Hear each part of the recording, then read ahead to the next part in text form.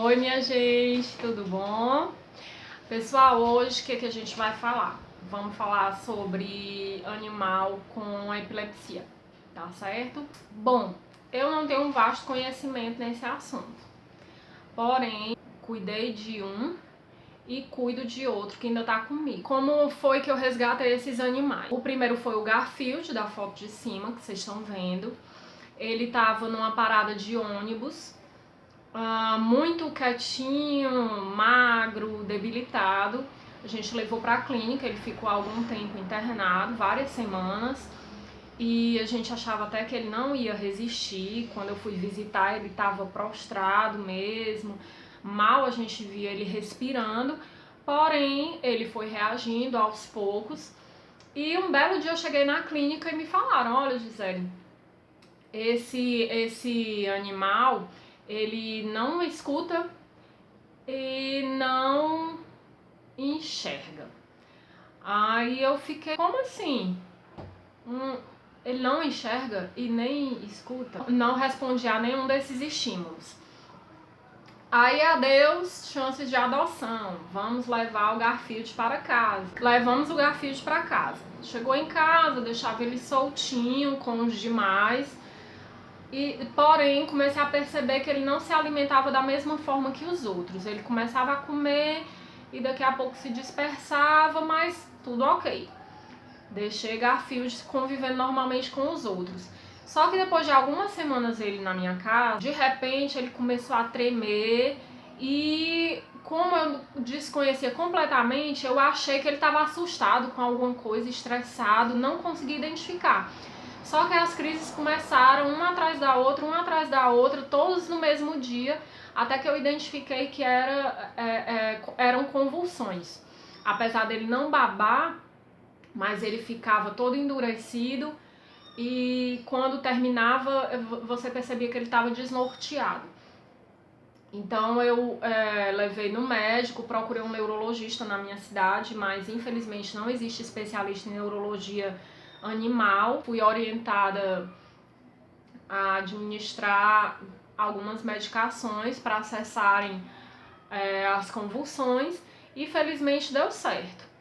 Porém, eu tive que providenciar um cercadinho com tapetes higiênicos e manter o Garfield nesse local, porque onde eu moro é uma casa, é um duplex, eu moro na casa superior, então não tem empecilho deles descerem a escada. Então como era que eu ia deixar um animal que não enxergava, não ouvia e ainda tinha ataque epilético solto na casa? Então não podia. Então infelizmente eu tive que limitar o espaço do Garfield e comecei a perceber mais ainda o comportamento dele com relação à alimentação e vi que ele era um animal muito mais dependente do que eu imaginava. Eu tinha que dar a comidinha dele todos os dias, tinha que dar água, porque ele não fazia nada disso sozinho. Ele comia muito pouquinho e já se dispersava, bebia pouquinho e se dispersava. É como se de repente ele se perdesse, ele não sabia onde ele estava. Então era um animalzinho bem especial. E deixava o tapetinho higiênico para quando ele fizesse as necessidades a gente tá sempre trocando. Claro que de vez em quando ele passava por cima e ficava aquela sujeirada, a gente tinha que trocar tudo, banhar. Realmente foi um animalzinho que me exigiu muito, ficou comigo por mais de um ano, pouco tempo, mais de um ano. Infelizmente desenvolveu problema renal. Eu creio que justamente por não beber água o suficiente.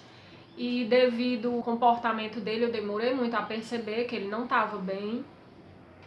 E quando eu levei já estava bem avançado. Não adiantou nada que a gente fez para ele se recuperar, ele realmente sucumbiu à doença. Foi uma experiência muito válida, eu aprendi muito com o Garfield. Fiz vários vídeos, postei em perfil do Facebook, ele ficou muito conhecido aqui na cidade.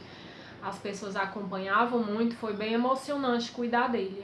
É um amor para a vida inteira, todos são.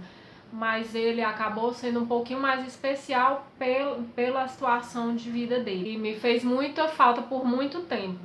Muitas vezes eu cheguei em casa e já tinha aquele hábito de chegar em casa, o primeiro animal que eu ia cuidar era ele. acordava, o primeiro animal que eu ia cuidar era ele. Tinha que acordar mais cedo, chegar cedo em casa e até isso você sente falta quando o animal parte. Bom, enfim, vamos seguir. O segundo animal é o Merlin. Eu resgatei o Merlin há mais de um ano.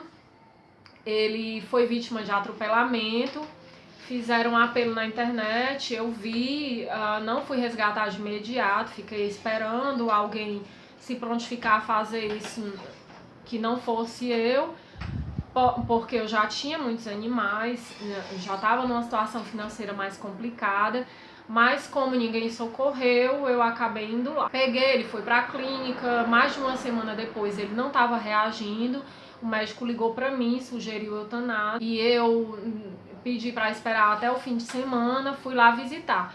E para nossa surpresa, quando eu fui visitar para ver realmente a situação dele, se eu autorizava ou não o procedimento, o Merlin começou a comer só, levei para casa. Ele ainda não estava andando quando eu levei para casa. Então, chegou em casa, tive que ter alguns cuidados especiais com ele, mas depois eu descobri que ele não estava andando por conta de um abscesso numa das patas, que os médicos não tinham visto.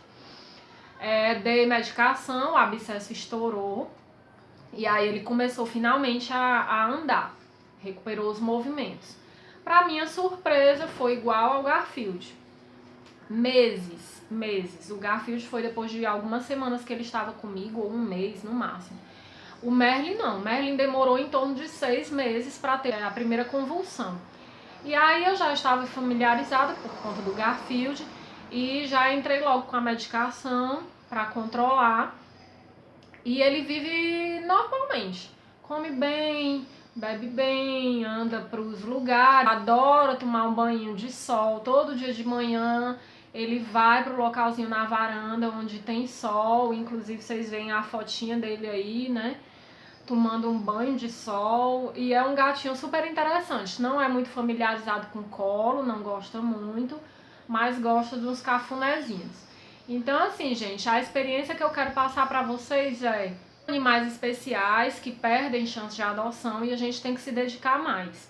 São animaizinhos que geralmente tiveram alguma pancada na cabeça, que foi o caso do Merlin, ou por passarem muito tempo sem se alimentar, pelo menos foi essa a informação que os veterinários me deram.